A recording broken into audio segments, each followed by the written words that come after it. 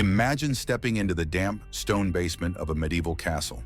The air is cold, heavy, and silent, except for the distant drip of water and the faint rattle of chains. This is where fear and power intertwined, where human creativity took a dark turn. Throughout the Middle Ages, torture was used as a weapon of control, intimidation, and forced confessions. What you're about to hear isn't fantasy. It's the documented reality of a world where pain was methodically engineered.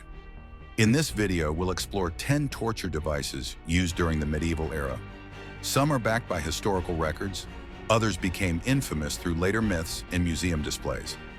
The goal isn't to glorify cruelty, but to shine a light on the darker corners of human history, so they're never repeated. Perhaps the most infamous of all, the rack. The victim's wrists and ankles were tied to opposite ends of a wooden frame. As executioners turned the rollers, the body was slowly stretched, dislocating joints, tearing cartilage, and sending waves of unbearable pain through the entire body.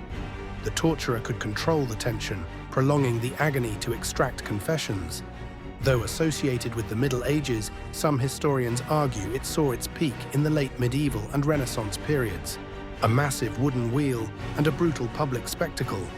The condemned were tied to the wheel and their limbs were systematically smashed with a club or iron bar. Broken and twisted, their bodies were then woven through the spokes and left for all to see, sometimes alive for hours, even days. In some regions, this was also called St. Catherine's Wheel, after a legendary martyr. A metal chair, slowly heated from below, was used to inflict severe burns while keeping the victim alive. The rising heat scorched flesh and muscle over time, creating excruciating pain and psychological terror. Although widely described in later texts, hard medieval documentation is scarce. Some believe this device became popularized more in the Renaissance. Shaped like a metal pear, this device was inserted into the mouth, rectum, or vagina, then expanded using a screw mechanism, tearing internal tissue apart. It was said to be used for punishing liars, homosexuals, or women accused of witchcraft. However, historical evidence for its widespread use is debated. Some historians suggest it's more a post-medieval invention displayed in 19th century torture museums than an actual medieval tool.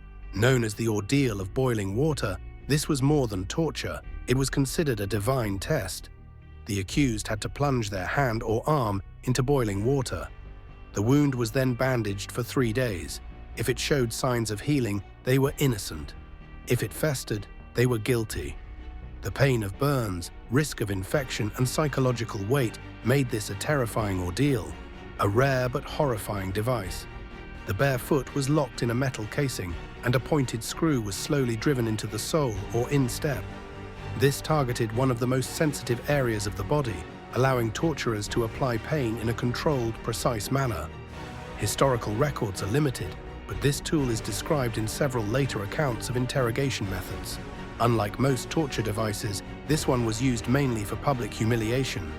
2 wooden boards were locked around the victim's neck and wrists, forcing their arms into a violin position. Victims were paraded through the streets, while bells attached to the device drew the crowd's attention. Movement was almost impossible, turning shame into a painful, claustrophobic punishment. While the rack stretched victims, this English device did the opposite. It compressed the body. Used in the Tower of London, it forced the victim into a crouched position, head down, knees up, then locked them tightly. The pressure crushed the chest and spine, sometimes causing internal bleeding or permanent damage. The head crusher consisted of a metal cap and chin rest connected by a screw. As the screw turned, the skull was slowly compressed. Teeth shattered first, then bones cracked. Eventually, the brain itself could be damaged. Some surviving versions are displayed in torture museums. Though exact medieval documentation is sparse, water was a surprisingly versatile tool for torture. In one method, tubes were forced down the victim's throat and water was poured in, simulating drowning and choking. Another milder technique was cold water dripping. The victim lay immobilized while cold water dripped steadily on their forehead for hours. This wasn't meant to kill, but to break the mind through relentless psychological pressure. When you look at these devices, a pattern emerges. The goal wasn't quick death, It was prolonged suffering, psychological domination, and public intimidation. It's also worth noting, some of these devices, like the Iron Maiden, were likely invented later, during the 18th to 19th centuries, to dramatize the cruelty of the Middle Ages for museums and sensational stories. Still, the reality of medieval torture was brutal enough. It's a reminder of how power, fear, and imagination can create unspeakable horrors. By studying them, we don't glorify the darkness, we make sure it stays in the past. Thank you for watching.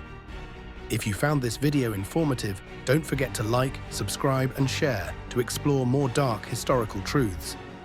Comment below if you'd like us to cover non-European torture methods or the psychology behind medieval interrogations in future videos. Until next time, stay curious but cautious when walking through history's shadows.